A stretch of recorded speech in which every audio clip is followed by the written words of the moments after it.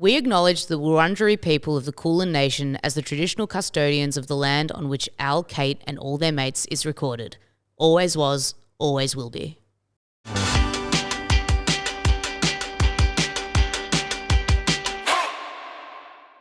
We are back with Al, Kate and all their mates, and we have Alex Ward here with us today. Alex, thank you so much for joining us. Oh my gosh, thanks for having me.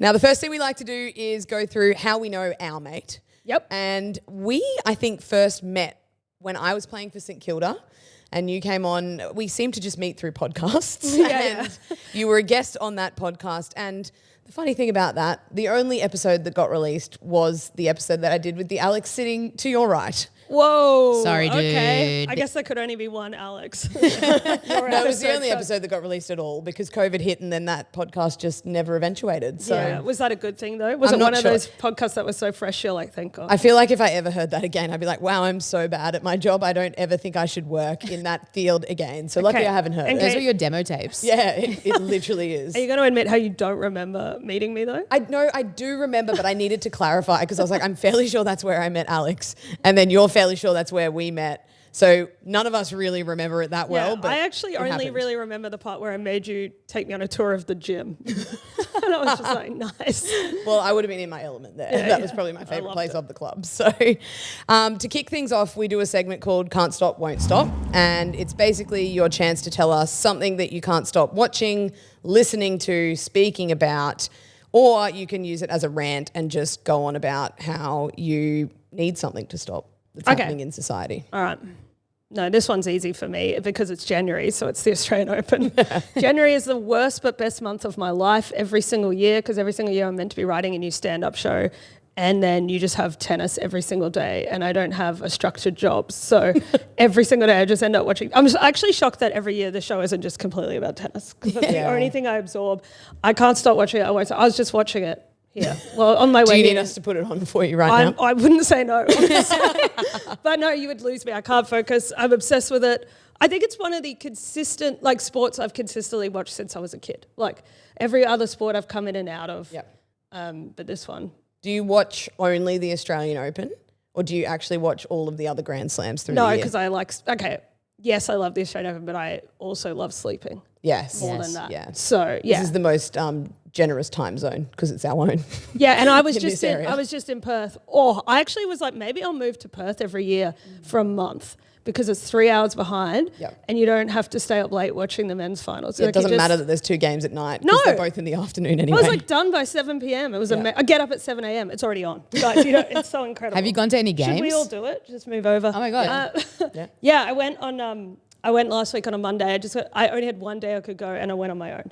Nice. I had a day pass, and yeah, I wasn't well after sitting in the sun for 5.5 hours on one game. But well, one thing I would like to say is don't take kids to the Australian Open because whilst it is so conducive to kids, there's so much fun for them to have, they don't want to watch any tennis.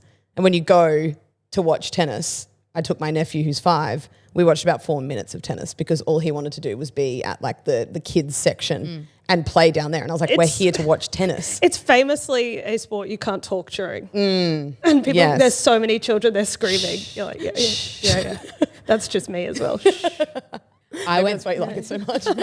I went to a game the other day and I stayed really, really, really late and I was there with a couple of mates and it got to the point in the night where it was like, that doubles game in Rod Laver where there's not a whole lot of people there at like 10:30 or whatever.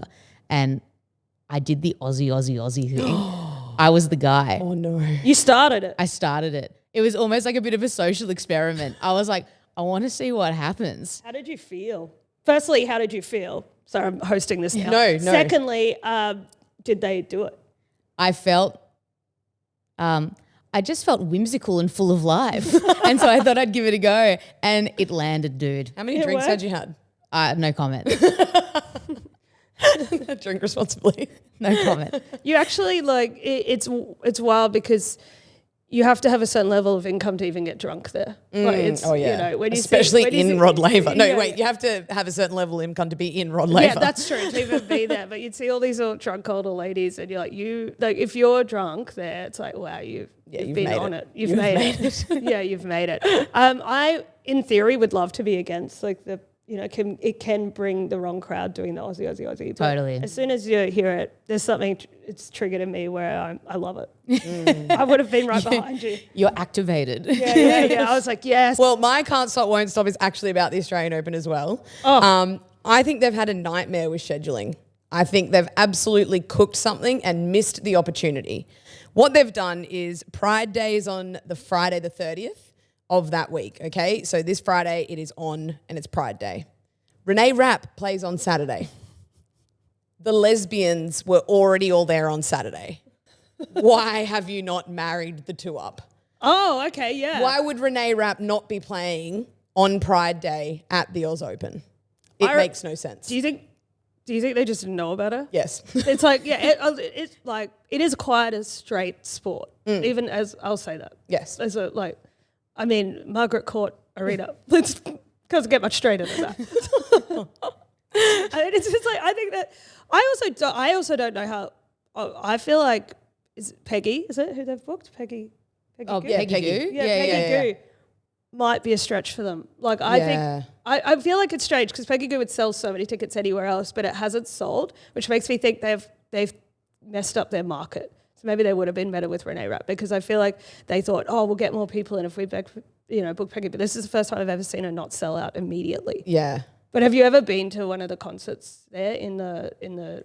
Yeah, I went to, I can't even remember who it was, but it was a couple of years ago. And it's actually like a really cool atmosphere, but none of them are tennis fans that are in there. Yes, exactly. Yeah. So if they're hoping for like a crossover, they're not going to get it there. No. But also it is, speaking of cooked it is the hottest place in Australia in that floor. Yeah. So I think because with the heat lately, I reckon, they're not going to get anyone. Yeah. Yeah, I So remember playing they're gonna miss the day. I remember playing it once before they moved it to the arena, and it was like an outdoor stage kind of thing. It was almost like a tent on the ground somewhere, but maybe you had to get a wristband to access it. I don't know. But that was pretty fun. Yeah. But I don't know. Yeah, I've been but to a few there. It is fun. Yeah. It's hot. yeah, it's Yeah. hot. Maybe that is why they moved it to the arena. Anyway, I'm not too sure. I think Renee Rapp would probably be a little bit, well, I mean, this is just my own perspective, too big for the tent that they had. Well, yeah, so arguably So- they're getting bigger acts now Yes. because they've moved Yeah. it. Yeah. But I just think, again, it's evidence of a straight person organising a Pride Day.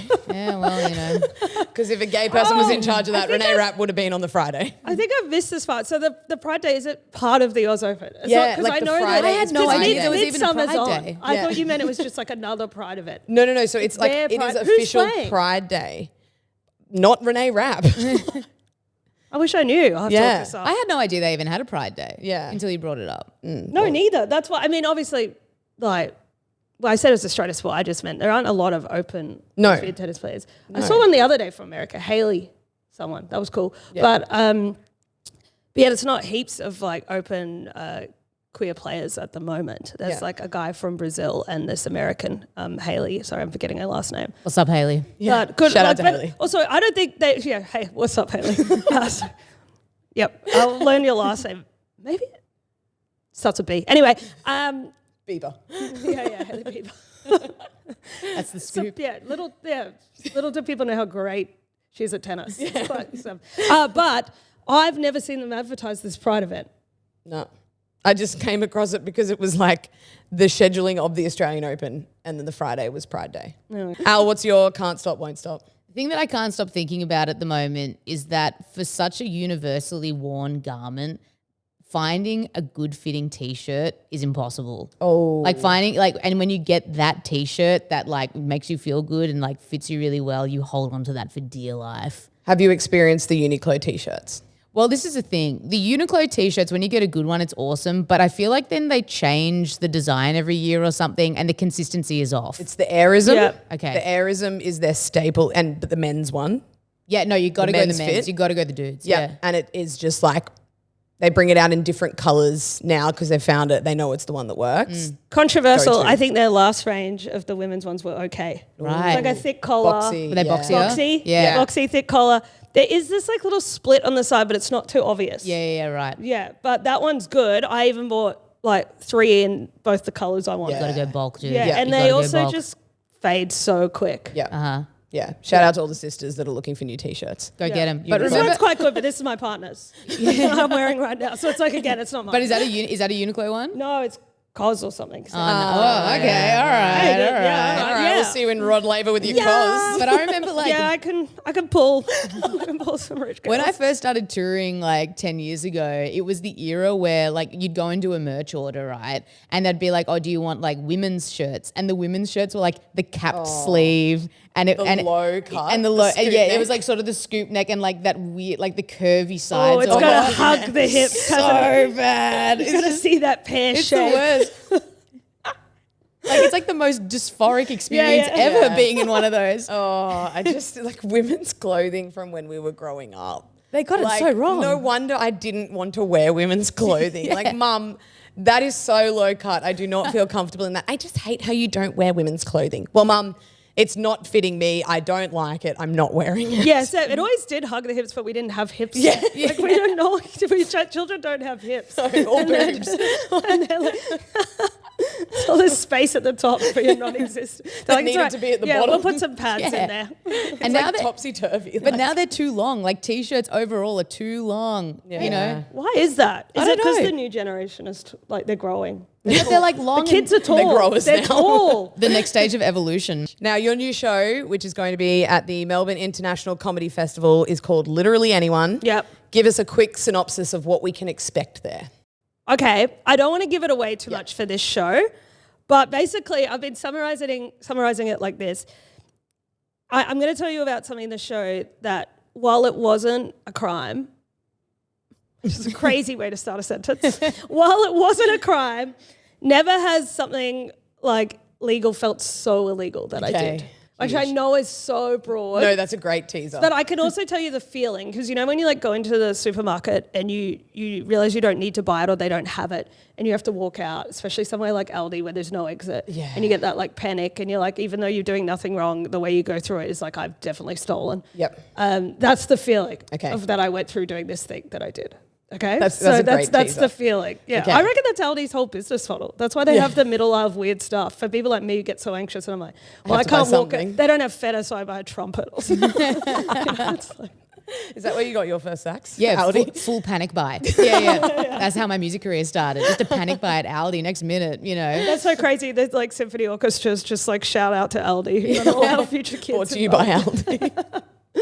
Now, one thing that popped up on your socials recently was your take on Heated Rivalry. And if people haven't seen it, take them through what your take was, because I couldn't relate more to something, and to something that was just so different to how some people are speaking about this show that has caught a lot of people by storm. Absolutely. Now, if you haven't seen it, that probably means you're like maybe over 60 or a man.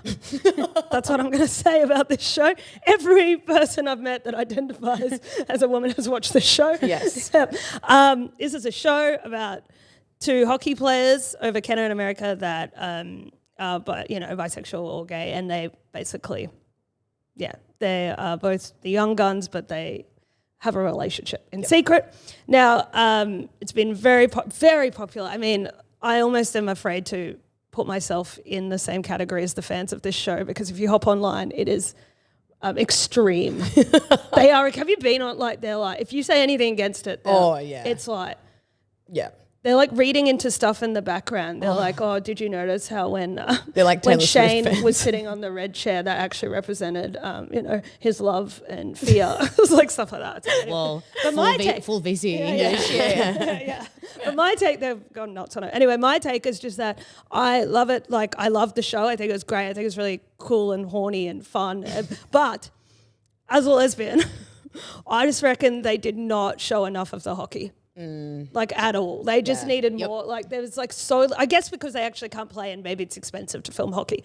But I don't care. I wanted, like, they're meant to be the best in the country. Yep. I'm like, I saw, they showed one puck going in. Can you swear? Can you swear on this? They showed many pucks going in. You can You have swear, to yes. beat me. I was going to say more Bucks, less Fox. Yes. Yes. Yes. But also, no, both. I want more of both. I want it all. But just like they showed one puck going in the net, I think in the whole series. And I was like, come on, this is interesting. Yeah. I wanted more analysis around their on ice performance. Yeah, it's so unrealistic they wouldn't have had like shop talk in bed. Yeah. Like they both, that's their main thing. They're just lying next to each other. You'd be like, what's your plan tomorrow? Yeah. Like you'd be like, Yeah. How are you going to go what is about your things? tip? Yeah. I think one of the other pieces of media that is so critical, especially to like queer canon in film and television, although not a, I guess, like explicitly queer film, but Bend It Like Beckham. Oh, I don't know yes. if you guys have done a Bend It Like Beckham rewatch recently, but it fucking I watch it rules. annually. Dude, it's so I'm good. bi-monthly. It's such a brilliant film. But you know what's in Bend It Like Beckham? A fuckload of soccer. Yes. They play so much much soccer in soccer. that Maybe film. that's what we're comparing it to. Yeah, We I want mean, the bar was more- so high. There's about as many actual lesbians as the Oz Open.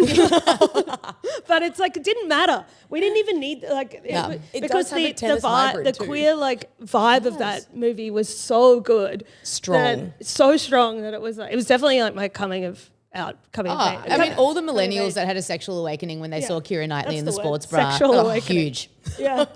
All I knew is I was like, I just need to be in round soccer. I didn't know why. I was like, I really want to play sport. I think sport's my thing. Well, there was like the tennis crossover though, the Martina Navratilova reference. Yes. Of course. I mean, shout out to Martina.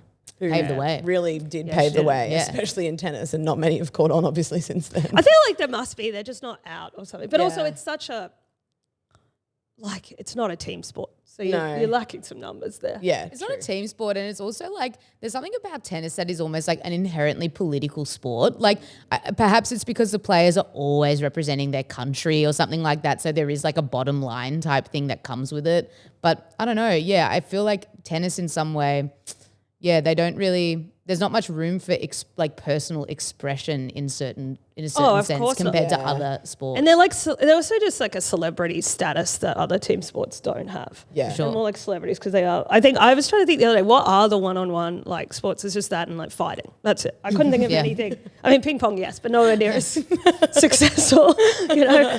Yeah, people really read it. You're right. It is quite political though in that people, I don't remember who it was the other day, but I think maybe she grew up in Ukraine. It was in she- Ukraine. Yeah, Yes, yeah, I know who she you're signed the referring to. glass Yes. with the cross. Yep. And it was Her crazy. dad was actually fighting. That's right. He's fighting in the war at the moment, so it was. Yeah, it was in that. regards to But that. what was crazy is someone's like, oh my God, she's like crossing out Russia. Yeah. That's her political opinion. And then someone else just underneath this comment wrote, oh, I thought it was a kiss. I was like, either way, it's It is in the eye of the one's far beholder. less political than the other. Someone's like, XOXO. Now, a sport that has no problem with, I guess, expressing itself. You've given a take on it, and it's AFLW. And yeah. I loved your AFLW Pride Round take. I'm glad you liked it. I was always wondering if this would ever offend anyone, but it was I guess being gay myself and it being in jest, it was fine. Yeah. But- You can say whatever Whatever you you want. That's the rules. Yeah. That's the rules. You Yeah. can say whatever you want. Right?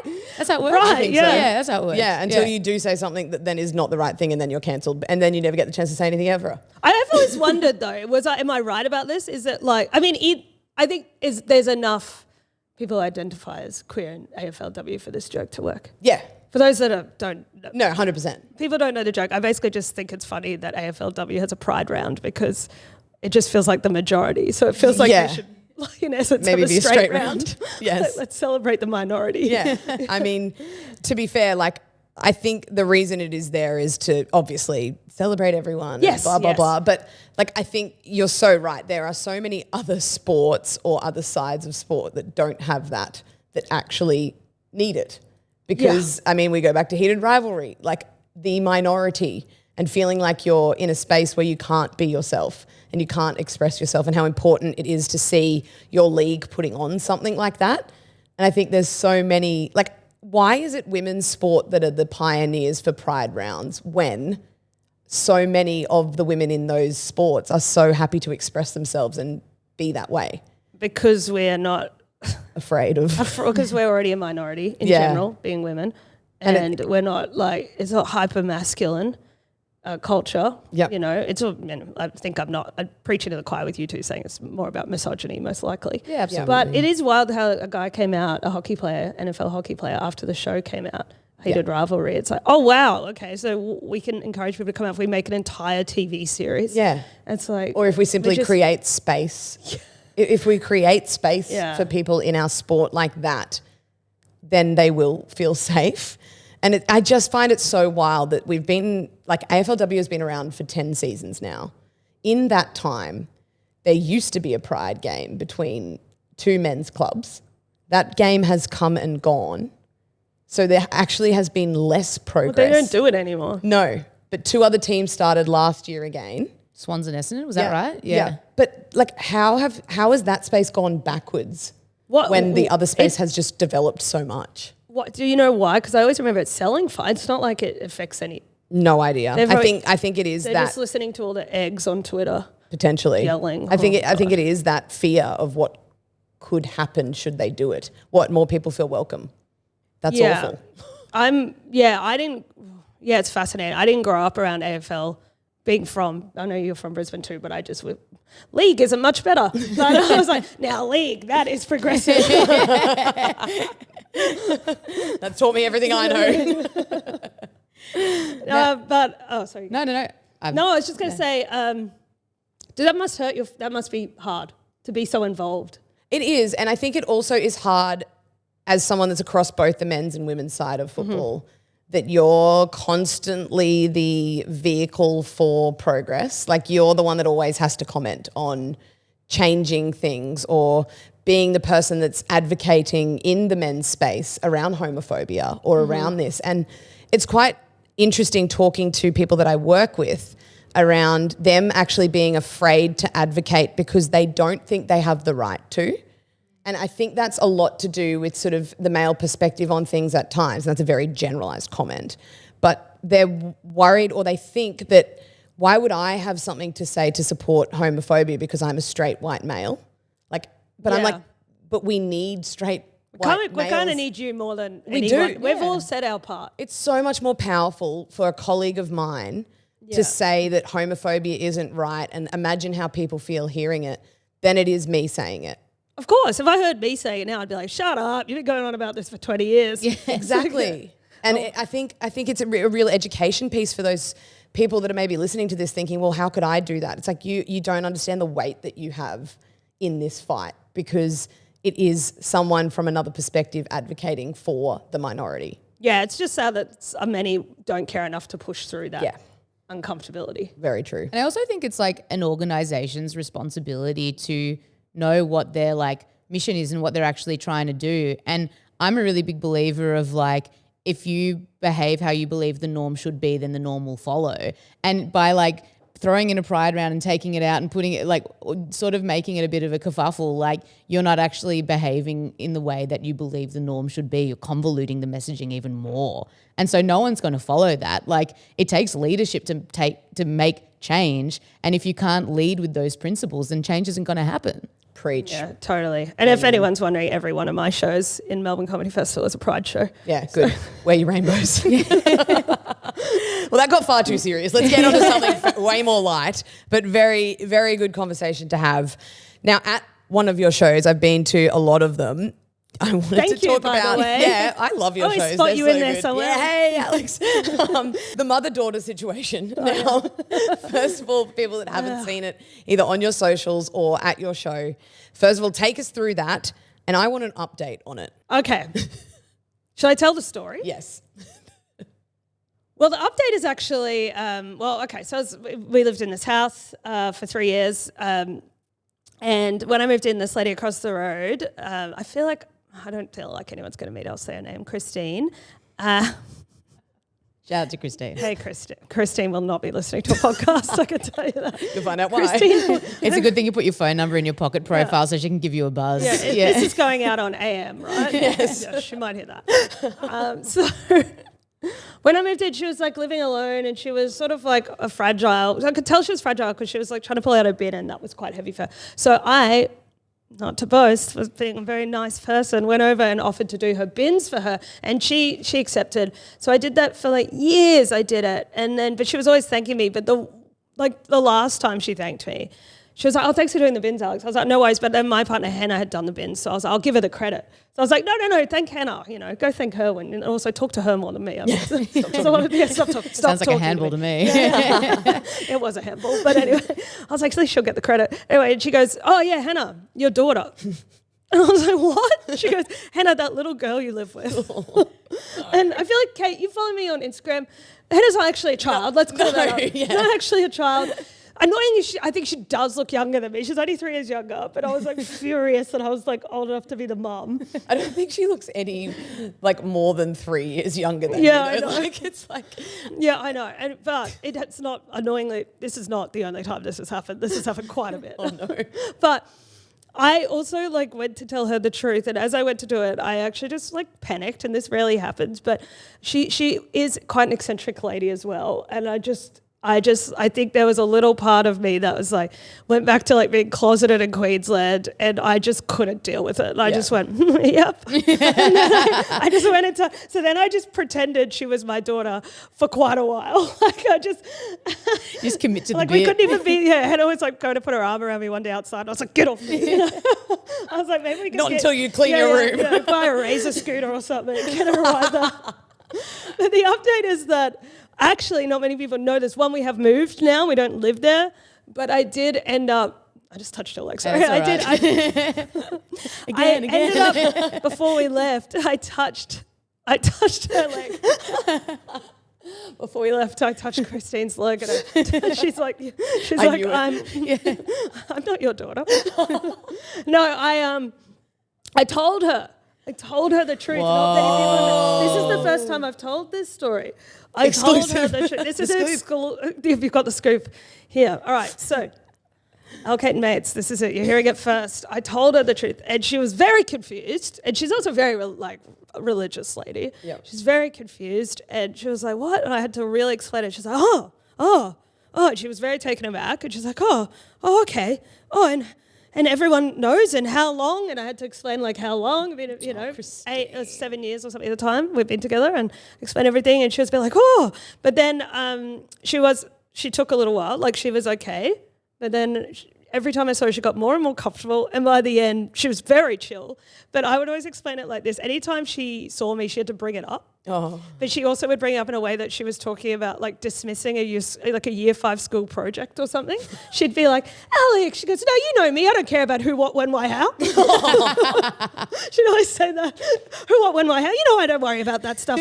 I think Jesus loves everyone." I was like, "Thanks, Christine." But it was always like, she had to be like, "I don't care who, what, when, why." I was like, oh God. I do think that like being mistaken for being related to your partner is a real rite of passage for a same-sex relationship. Like absolutely, I've definitely been there. A lot of times, like sisters, cousins. The sisters one. Mother-daughter one is harder. Yeah, the mother-daughter one is like there's more in that one. Yeah. Yeah, but she also lived with her older sister, and it's the house she grew up in with her mum. So I think there must have been something where she was like, that's how people live. Yeah. People live like that. Like, they just live with their mum or their, but so she could have said You're sister. so right. Christine is not listening to this. Also, we had a housemate who was like younger than both of us. She must have been like, I guess that's their grandchild. Yeah, did you ask Christine's like, so who do you think that is then? Oh, Christ. This 6 foot guy is our fourth. Wow. I always wonder what she thought about him. I reckon he was always, he's a good friend of mine, Luca. I reckon he was always kind of like, why don't I ever get brought up? He was almost annoyed. I shouldn't ask about him. Oh, well, I'm glad we got that update. Yeah, I hope Thank you she's for that. doing well, because really, she's the sort of lady that never even really left the house. So I think it was a big challenge for her. That would have been the biggest news she ever got. Also, it's always funny because her and her sister were also unmarried women. And I always thought, maybe she wanted to touch my leg. That's what I'm gonna get. And that's okay, Christine. And that's more than okay. An invitation, in fact. Well, I know that you guys are both from Brisbane, Kate and Alex, both very famous Brisbaneites. And I have a question for you. Not famous. I reckon. Famous in my eyes. Yeah, she's not famous. I want to know what your thoughts are on the Brisbane Olympics. big event, big deal. Is it going to even happen? I mean, I want to know, like, what's I recently the deal? wrote a What's piece the about chat? this. The best question for me. I just wrote a piece about this because I don't know if they're going to be built in time. Wow. Isn't that the case with every Olympics though? Well, yeah, if you want a deck in Brisbane, you have to wait like 4 years. And trust me, if you're in Brisbane, you want a deck. Everyone wants a deck. But they're so behind. Everywhere is behind. And it's honestly like the other day I saw a news piece that was like, we need to still build, 17 things for this. I don't know if it's even just accommodation or like, and then some of them are stadiums and arenas and spaces. And they said, we don't even know where some of them are going to go. They're like, we don't know where some of these are going. I was like, what do you mean? It's like purely conceptual. Yeah, I feel like if your parents are on acreage, you might just be like the new owners of like a fencing arena or something. Like it's like, are you guys right to host this for a yeah, little I think so. Yeah, Liz Ward's going to host. not a big my deal. mum, yeah. But I hope it happens because I'd love to go up because I could stay with my parents and try and go. But also, this city is not equipped for traffic. No. It is not. I think it's great they're building a new stadium. That's actually great for the city. I like where it's going to. People have been complaining because it's in this big park that they're like saying it's ruining the park life or wildlife. But actually, that park until like a year ago was just a golf course. Yeah, it's been a golf course until around, I don't know, maybe a few years ago. And before that, it was just a dump. Yeah. I know that. Yeah. So I'm like, at least it's like, people complaining. I'm like, it used to be a dump, relax. Like a literal dump? Yeah, literal dump. Yeah, A but then was a literal golf dump. course, and then was like the golf course lost half of its stuff with a busway that went through. And this is the most Brisbane story ever, but my stepdad collects bottles, like old bottles, and they're called bottle diggers. It's like they're harder to get now because all the bottles have been dug up. You actually go to old dump sites, and he once, in my teenage years, went to the golf course and dug up the golf course to get to the bottles that would be in the dump, which is highly illegal. And I'm really glad it's not a golf course anymore because now I can tell the story. Is he like one of those people with the metal? Like, I guess it's not the metal detector No, thing. it's more like it's more like you prod into like areas where you know, and you like beautiful little old glass bottles. You see them in antique shops. Yeah, right. But they're like there's few dump sites left now that haven't been taken by the old bottle diggers. Because it's so wild how cities, like, when they get the Olympics, they just think of the craziest shit that they're going to do. And sometimes it happens, sometimes it doesn't. But I know in Los Angeles, there was this idea that they were going to build like a gondola, like a chairlift thing that went from one side of the city to the other. So Los It Angeles. sounds like you're playing like Sims or Roller Coaster Tycoon. For real. And it was And then just when so everyone's in the insane. gondola, we're going to cut off the ladders for them to get Make out. it go really fast, and they're all going to vomit on the pavement when they get off. It's going to be awesome. Well, that was like Paris, Yeah. where they wanted everyone to swim. Like, and then halfway through, they were like, it's not quite ready yet. Yeah. You might need to take antibiotics Oh, after the the water swim. was disgusting. Yeah. That's right. I It's forgot like one about of those it. like grand ideas that someone has that has no idea how it logistically is going to work, and they still keep going with it. That could be the whole Brisbane Olympics. Yeah. The classic one was the Athens Olympics where the pool didn't have a roof. Yes. Remember that? Yes. They couldn't get the roof done in time. So they were didn't just know- like, it's open air. Don't worry about it. Did it rain? Probably. I don't know. But kinda I mean, they were cool. wet anyway, I suppose. Yeah, So I I guess was like, yeah, true, swimming's I guess probably of the all the least you things. need it for. Yeah, I do wonder. I think Brisbane seems to love. Like the last big thing they did was Expo 88, which is before I was born, but they still talk about it. They are still talking. I'm not even they from still Brisbane, and I know talk they're still about talking about They it. love an never stop. international occasion. They're like, Expo, we'll get all the countries. As soon as they had the chance for the Olympics, they were like, yes, let's go. Yeah, let's go. We've And needed something since Expo 88, and this could be it. Yeah, I just don't even know what they're going to, like, they're just so, I mean, they're just going to have to pay. It's a great time to be a tradie in the real. year before that. Yeah. The year before that, they're going to be paying people like, panic buy tradies. they're going to be paying so much. I feel like if you are without a job right now, if you get into it right now, you could be there by 2032. I think that's not a bad show. Maybe I'll do Pretty that. good life advice. Hang on, I just realized I'm talking to myself. You're moving back to Brisbane. I'm going to be there, but Getting just on the like tool. just building the beds from like the cardboard flat pack. Well, the last Olympics, they had cardboard beds. Yeah. Yeah, they always have the cardboard beds. Every Olympics. Yeah, they have for a long time. Well, Oh. they have since like Japan. Well, you can guarantee they'll be at Brisbane because they won't have time to build anything I feel like it's too else. humid. They're going to Yeah. collapse. The moisture. Yeah. Al, you've always said since the Brisbane Olympics, though, do you remember what you said to me like when it was announced? Didn't I say you're going to be the face of the Brisbane Olympics? Yes. Don't you think? Yeah. Every time she's like, the face of the Brisbane Olympics, Kate McCarthy. Are Honestly, you going to be commentating? I don't know. You will Am be. I? I reckon for sure. What we sport? don't know what the extra sports are going to be yet. Maybe you'll have some expertise there. Pickleball. Pickleball will be the Olympics by then. Imagine I commentating probably pickleball. will. Honestly, I reckon you'll be commentating Cricket pickleball. is. Cricket's at. Is it? I'm pretty sure the next Is Olympics. it permanent now? Oh, no, it's like an just the next exhibition one. show. No, Com Games, sorry. Oh, right. I'm fairly sure That it's makes an more exhibition sense, sport yeah. at the Com Games. I'm guessing breakdancing won't be back. I think that came and went. And if it is, I know who won't be breakdancing. You know who I reckon must have loved? You know how everyone kind of went, off Ray Gunn. Yep. You know who I reckon would have loved Ray Gunn? Do you remember the Australian hockey player that was caught buying illegal stuff? No. He was caught buying drugs. in Oh, Paris. yes. Because they didn't get any press Well, attention. Is 2 this what you're days saying? later, Ray Gunn performed. Best thing that and ever I happened was to like, them. I reckon he's the only guy in the world that's just like, yes, Ray Gunn. Thank Because no one God. thought about, I'm bringing it up so that we remember, but no one thought about that again. Yeah, I didn't even know. He got so lucky. Whoa. He had to do a statement, and then like 2 days later, Ray Gunn danced, and it was like, oh well. That was a statement. in I was itself. telling these guys the other day, I did a tour a couple of years ago and I was playing in a band and they all wanted us to wear these outfits from a brand called Big Bud Press. So it's kind of like workwear, like painter kind of gear. Yeah. And I decided I was going to go like all green. And so I had these like cool green painter pants and like a little jacket and a hat. And I did the whole tour. And then on the last show, I was playing in Los Angeles and my partner came to the show and backstage she said, "You fucking look like Ray Gunn." He said, "Shut up, mum." I was like, "I've been looking like Ray Gunn this whole time." Actually, your hair's the same like too. Wasn't it just like I straight up look like Ray Gunn. Wait till she dances. you actually aren't dissimilar looking? I can see why this would have happened. Like I know you don't look identical, but if you had to from a distance, The profile is Yeah, not too yeah, dissimilar. yeah. Yeah. Can you dance though?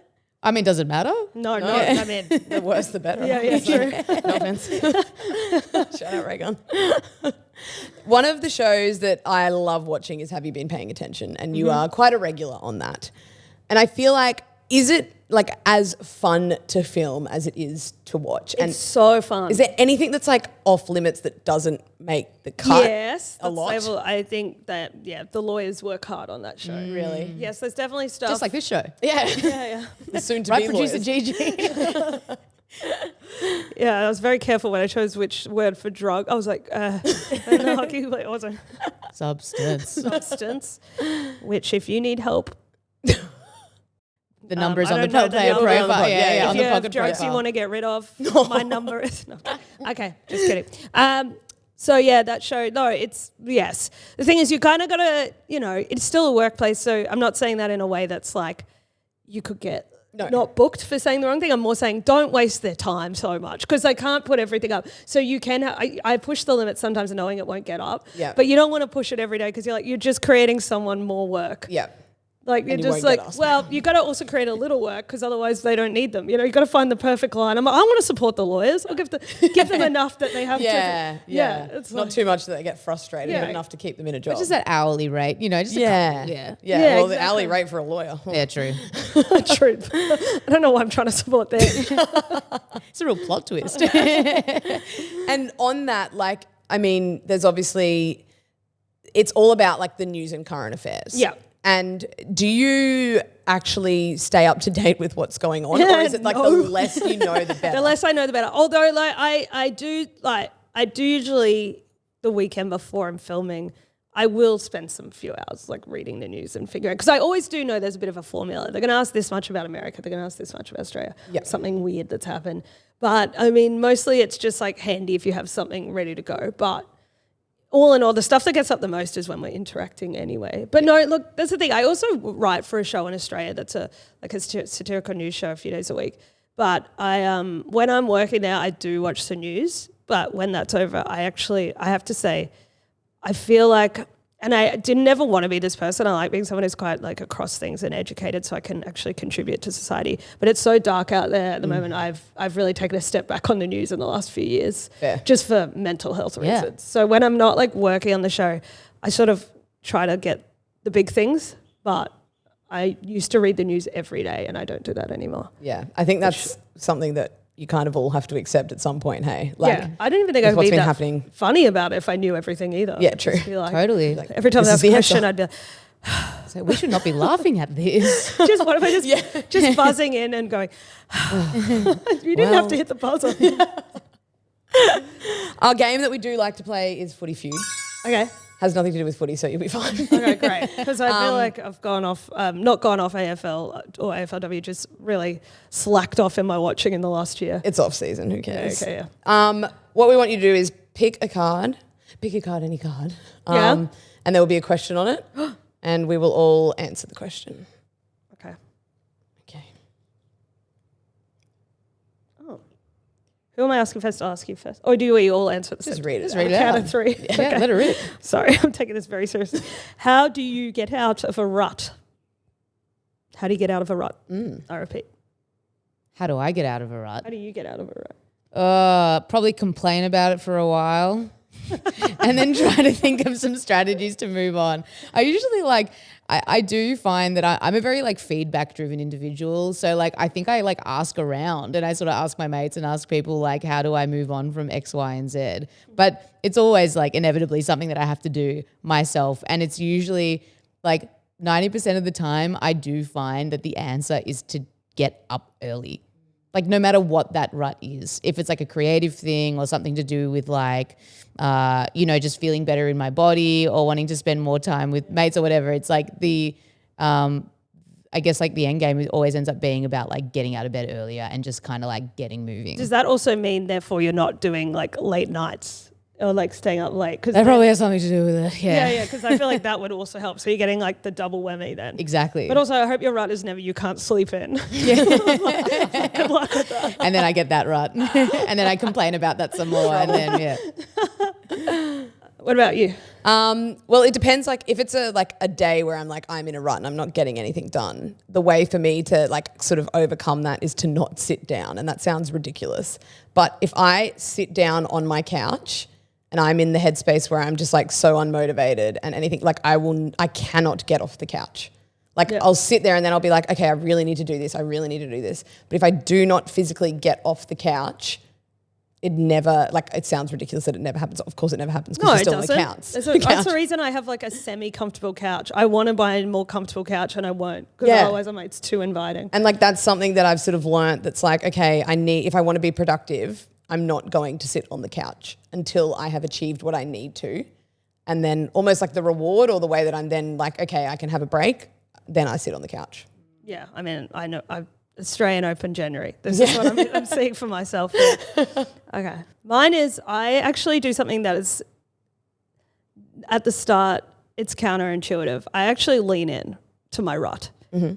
I lean in. If there's something where I'm having a day where I'm not achieving stuff and I'm feeling miserable or something, I will give myself 5 hours to do that. I'll be nah, you can be a slob, you can be down, you can do what you need to do for 5 hours and I'll go hard. And doing that for myself, it's some weird control thing. Once I do it, by the end of that hour, whatever my time limit is, I'm then usually okay to just keep going.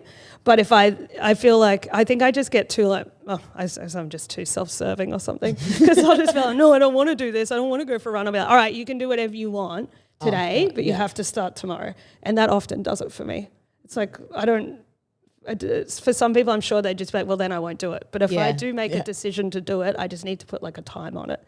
But I think it seems like the opposite of delayed gratification or something. Well, I actually think that's enormously disciplined in a way. That is actually so disciplined. Yeah, for real. Because our answers are basically rooted in discomfort. Yeah. It's you have to make yourself uncomfortable to get moving. And I don't know if you've ever heard this sort of comedy story, but there's this, I guess, mythology that apparently the David Letterman writing rooms are were deliberately so cold. Have you heard about this? No. This thing about prompting people to be productive is actually to make them uncomfortable. And there's this sort of story that the Letterman writing rooms were deliberately, the thermostat was set so deliberately cold to make sure people were a little bit uncomfortable and to keep them productive. I mean, well, that checks out, right? Do you remember living in Brisbane? Just do nothing when it's I'm I don't even think I have an education. I was just half asleep at the desk the whole time. Also, audiences in comedy are better when they're cold. If the room's hot, I'm nah, this isn't going to work. I get sleepy. Yeah, they're just going to be sleepy. They're all up and awake and listening. But my mate who has a studio, he deliberately has a couch that's only so comfortable. Yeah. Because he wants people to get the job done. Yeah, and I mean, it depends on your personality, but mine is if it's comfortable, I'm like, oh. It's over. love- Curtains. I don't Settling deny in. myself of much, hence ending up in a comedy a comedy career. It's like, well, that seems fun. I'll just do that. I'll stand up the whole time. Well, yeah. See, I Hey, there work you hard. go. I work hard. Stand. Maybe that's That's why. why I'm so anti those ones that have a seat on the stool. I'm like, get up. You have one get job. Get the hell up. It's literally in the job title. Stand-up comedy. Get your stool out of the set. So we like to close our shows with a little something called Extra Time, which is basically a handful of quick fire, quick hands questions that we're going to throw you away. Okay. Are you ready? Yep. All right, let's kick it off. What's your coffee order? Long black. What's your favorite holiday destination? Ooh. It's a bit lame, but I just went to Thailand and it was really good. Yes. Aussie, It was Aussie. really good. Oi, oi, oi. Are you an early bird or a night owl? Early bird by nature, night owl by career. Cooking or doing the dishes? Oh, I love both. Wow. I love both. What a woman. Yeah. What a mum.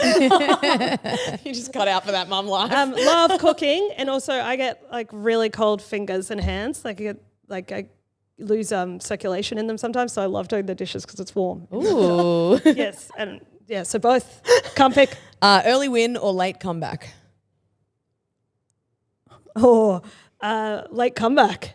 Nice. It's more fun. More Spicy. dramatic. It is, yes. And Alex Ward, what is one thing you think the world needs more of right now? I think the world needs more queer acts at the Pride event at Australian Open. Bang. That is Damn, that. girl. Smash. That has been our Kate and our mate, Alex Ward. Please make sure you like, subscribe, follow wherever you get your podcasts on our socials, and also get to Alex's show, Literally Anyone, which is at the Melbourne International Comedy Fest. Thank you so much for joining us, Alex. Thanks, Kate. Thanks, Alex.